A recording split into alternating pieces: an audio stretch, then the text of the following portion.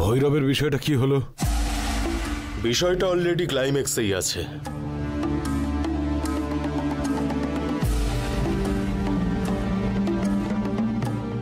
আর 2-3 দিনের মধ্যেই রেজাল্টও চলে আসবে।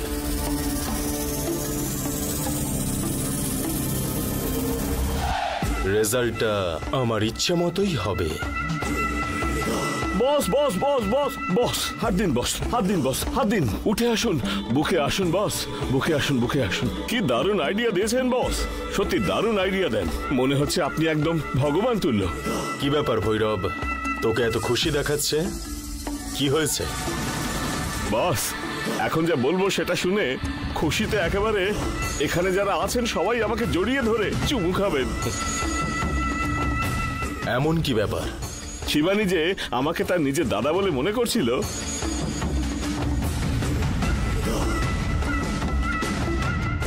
কিন্তু আসল সত্য হলো এটাই যে আমি হলাম ও সত্যিকারের দাদা।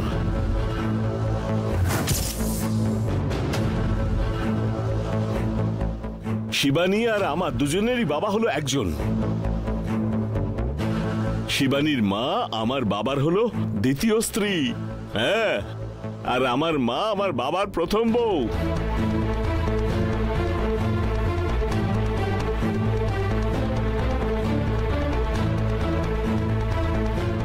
আর সেই জন্য আমার বাবা যে উইল করে গেছেন সেখানে লেখা আছে আমার সম্পত্তি আমার প্রথম বউয়ের ছেলেরও প্রাপ্য।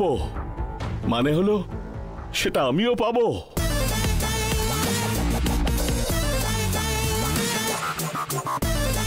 যে কাজটা আপনাদের জন্য করছিলাম সেই সম্পত্তি এখন আজ থেকে আমারই।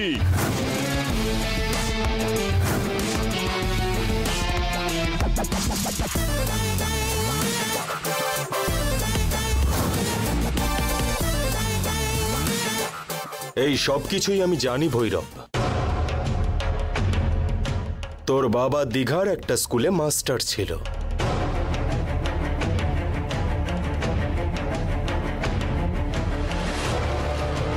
সেখান থেকে উমা এডুকেশনাল ট্রাস্টে কাজ করতে এলো।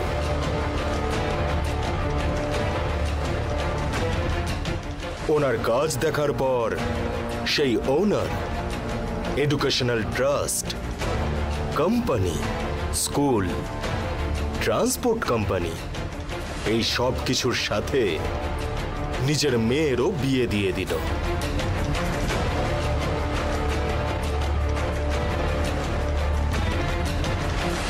তোর বাবা বিবাহিত হওয়ার পরও বলে যে সে বিয়ে করেনি, এই বলে সে আরেকটা বিয়ে করে। Am I right?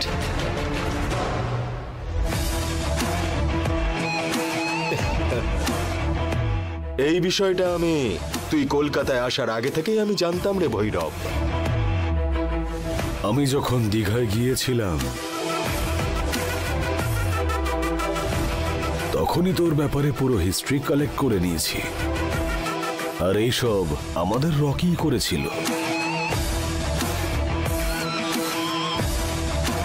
আর এসব হওয়ার পরে তোকে কলকাতায় এনে তোকে শিবানীর বাড়িতে পাঠাবো বলে আমরা আগেই ঠিক করে রেখেছিলাম।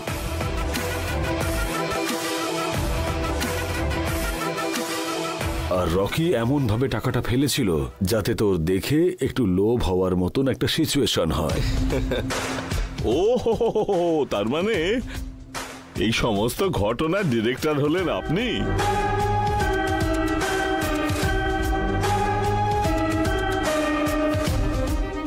আপনি আমাকে সুতো ধরে নাচাচ্ছেন আর আমি পুতুলের মতো নেচে যাচ্ছি।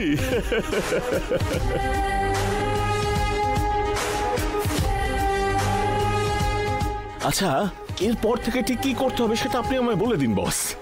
তুই বরং একটা কাজ কর, শিবানীর কাছে গিয়ে তুই ওকে বল যে তুই এতদিন সম্পত্তি ভোগ করেছিস আর আমি গরিব হয়ে কাটিয়েছি, এখন সব সম্পত্তি আমার নামে লিখে দে। আমিও কয়েকদিন এই সম্পত্তি ভোগ করি, আমার কিন্তু মনে হয় ও লিখে দিলেও দিতে পারে। আর যদি তা না হয় আমাদের রাস্তা তো আছেই, ওকে টেনে কোর্টে নিয়ে যাব। এরকমই কিছু একটা করব। এখন তুই যা। ঠিক আছে বস, একদম ঠিক আছে, এটাই আমি করব। আসি বস, আসি বস, আসি বস।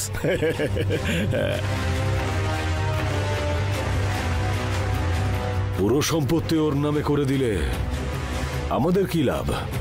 না না, সম্পত্তি নিয়ে তোমার কি লাভ হবে? তুমি তো শুধু চাও যাতে শিবানী রাস্তায় নেমে আসুক, কি তাই তো? সেটা নয় আদি, সব সম্পত্তি ও পেয়ে গেলে তোমার কি লাভ হবে বুঝতে পারছি না।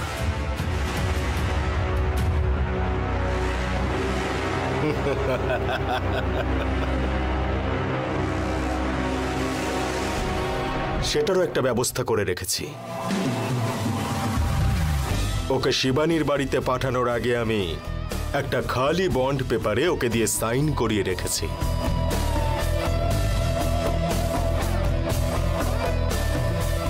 এখন ওর সম্পত্তি ওর হাতে আসার সাথে সাথে আমি ওতে অন্য কিছু টাইপ করাবো।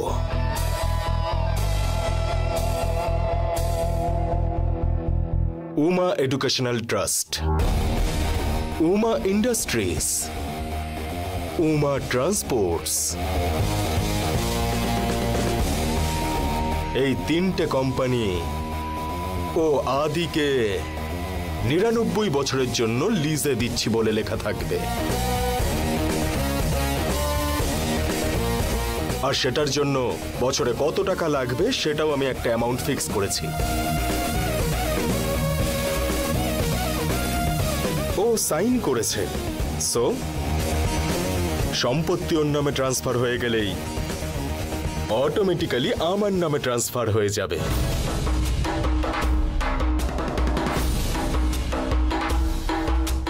তারপর ওই পুরো সম্পত্তি আমি ভোগ করব।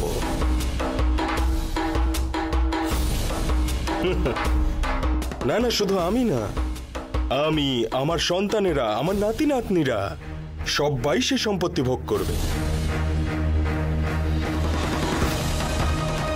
ততদিনে ওই সম্পত্তি নিয়ে ওর থেকে বেশি সম্পত্তি আমি বানিয়ে ফেলবো। ১০০ বছর পরে এই সম্পত্তি যাদের তারা ফেরত পাবে।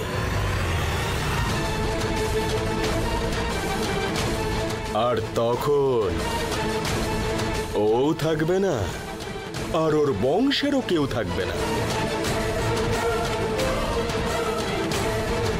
তখন এই সম্পত্তি আমাদের কাছেই থেকে যাবে। আমার আইডিয়াটা কেমন? খুব ভালো আদি।